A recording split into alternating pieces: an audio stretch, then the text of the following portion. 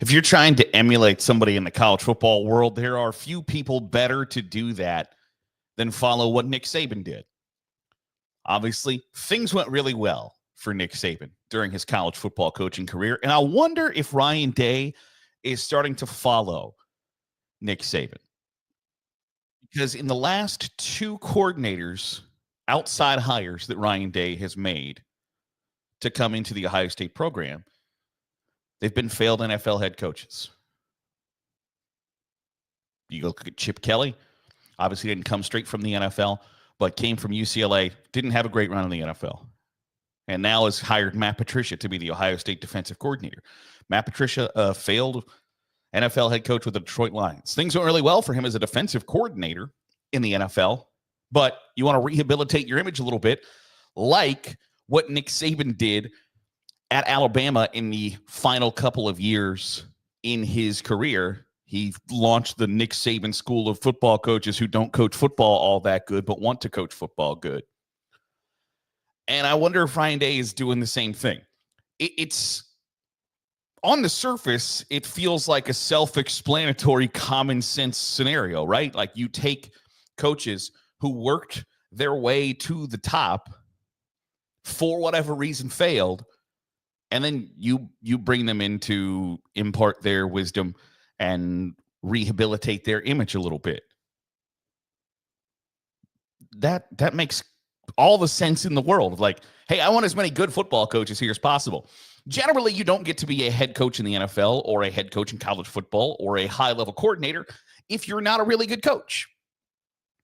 So bringing in people like Matt Patricia and like Chip Kelly makes all the sense in the world. For Nick Saban, bringing in people like Lane Kiffin, like Bill O'Brien, like Steve Sarkisian, like Butch Jones.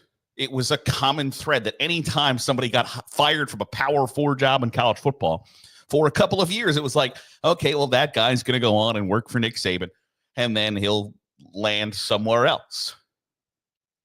And if that's the reputation that you build inside the college football coaching industry, all it does is benefit your program because coaches are going to want to come coach for and with you. If you have a reputation of rehabilitating some people's images or placing them into high profile, maybe more importantly, high dollar jobs, good coaches are going to want to coach at your school, your program, and with that coach. So I think it's a really kind of a smart situation and something to emulate is saying like, hey, I saw this, like we see this all the time with like in the NFL, they will say, my chair just, yeah, all right. In the NFL, they will say, you know, it's a copycat league or whatever.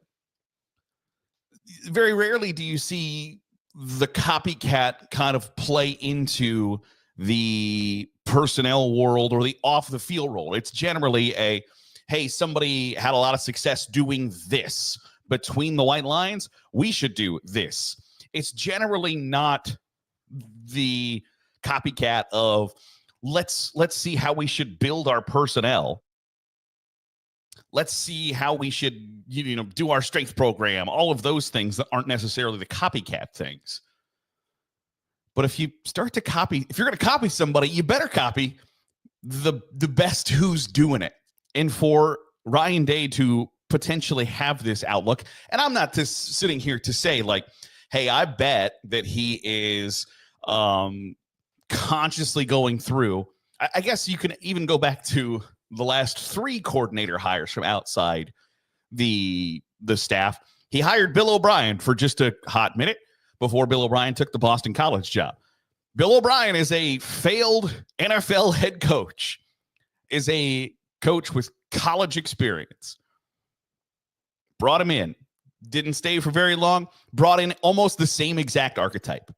So I think you could argue that there is a certain type of coach, a certain type of person that Ryan Day is interested in having inside his program.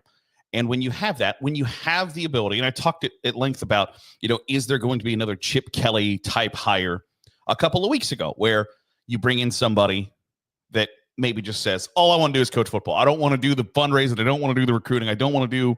All I want to do is teach football.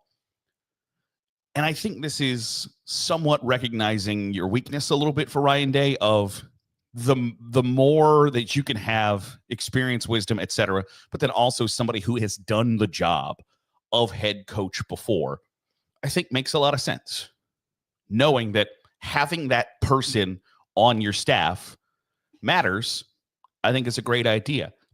Then you lead into a similar situation to what other teams have tried and maybe not necessarily been super successful in. And that is the idea that you're selling to recruits, because recruits in 2025 care about two things. How much money? Three things maybe. How much money are you going to pay me in NIL? Are you going to put me in the league? And when am I going to get to play? That's kind of the three big things. And so when they're worried about, are you going to put me in the league? When you can point to, we have a former NFL head coach, a very good former NFL defensive coordinator on our staff, that's going to matter to people. That's going to matter to people. Going to matter to recruits when they're looking at your program. And so when that matters to recruits, it's important to have somebody with NFL experience. Ryan Day has NFL experience. Now his defensive coordinator has NFL experience. The offensive coordinator played in the NFL. The linebackers coach played in the NFL. And when you can have all of that experience, that matters to recruits. And I think it's just a smart way to formulate your coaching staff in 2025. It's the same thing like Deion Sanders is doing at Colorado. You bring in Warren Sapp to be your defensive line coach. Like, we got dudes with gold jackets on our coaching staff. That's impressive and important to recruits in 2025. So I know that the immediate reaction from Ohio State fans was kind of like, oh, wait, what the hell are we doing here? And I think you can often look at things from a mindset or a perspective of like, this is what's wrong with this guy instead of what's right with Matt Patricia. What's the correct? Because all you remember is things didn't necessarily go well as the Detroit Lions head coach, and things didn't necessarily go well as the Philadelphia Eagles coordinator either. Because you remember this burly beard dude with the pencil in his ear and the hat backwards and all of that stuff. He also coached really good defenses. And sometimes I think it's important to look at both sides of that. It's not necessarily just because I think the argument against it is if he was such a hot commodity, if he was so desirable, why aren't NFL teams the ones that are reaching out? Why aren't NFL teams pounding at his door to come coach our defense, please, for the love of God? I can't answer that question. But I do think it's important to look at it and go, like, Bill Belichick is the same way. Bill Belichick won a bunch of Super Bowls. And you know what? Who wants them to be their NFL head coach? Nobody. So he's the head coach in North Carolina. I don't think just because NFL teams don't want somebody or haven't made somebody a priority means that they're damaged goods or mean that they're not capable of coaching at that level, blah, blah, blah. I think Matt Patricia has shown that he can coach at the NFL level. Maybe not as a head coach, and it's okay that not everybody is going to be a super successful head coach. Sometimes that's all I need you to do is be a really good defensive coordinator. Like that's what I need from you. And if that's what you're going to provide me, awesome, primo, great, cool, fantastic. So I don't know. I can't sit here and tell you that it's a home run hire or anything like that. But I just think when you look at it on the surface of the way Ryan Day is structuring his staff or the importance he's putting on having coaches who have experience being a head coach or have NFL experience, I think that's an undeniable good way to structure your coaching staff in 2025. Want to know your thoughts? What do you think about Matt Patricia being the defensive coordinator at Ohio State? Drop your comments in the comments below. Let's have that conversation. That'll do it for today's episode of the Daily Huddle. Appreciate you making us a part of your day, however it is, wherever it is you're doing so. If you're watching on YouTube, hit the subscribe button. Make sure you're getting all the great college football content we're pumping out. If you're listening on the podcast feed, drop a 5-star review. Goes a long way in helping out the channel. I'll see you tomorrow for another episode of the Daily Huddle.